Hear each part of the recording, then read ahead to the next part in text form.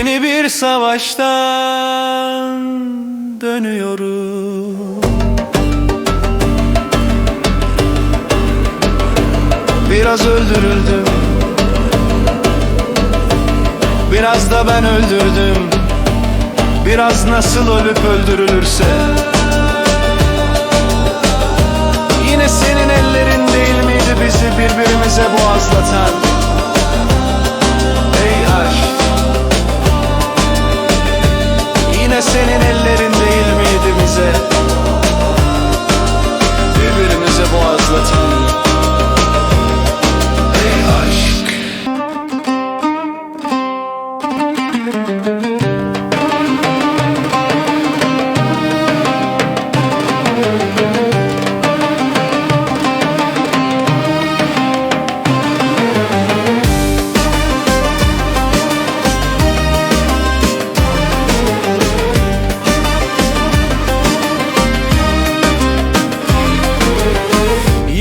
Savaştan dönüyorum.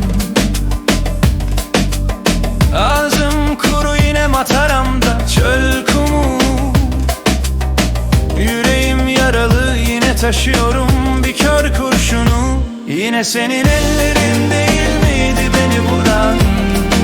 Ey aşk, yine senin ellerin değil miydi beni vuran? Ey aşk, arşınlamayın yanan bağlarımı. Nasıl olsa yine kayıplarım kayda geçmeyecek. Saymayın kırılan umutlarımı. Nasıl olsa yine bir sazın tellerinde yeşerecek. Yeni bir savaştan dönüyorum. Fethettiğim ülkenin adı yalnızlık. Künyem yaralı yine düşlerimin bebeleri aç. Yine senin ellerin değil miydi beni koyan muhtaç? Yine senin ellerin değil miydi beni koyan muhtaç? Ey aşk, beklemeyin benden zafer naraları.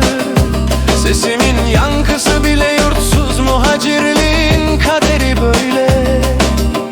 Beklemeyin benden ne bir destan ne de kahramanlık hikayeleri. Süngülendi sözüm, dallandı dil gözüm.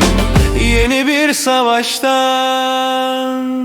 dönüyorum.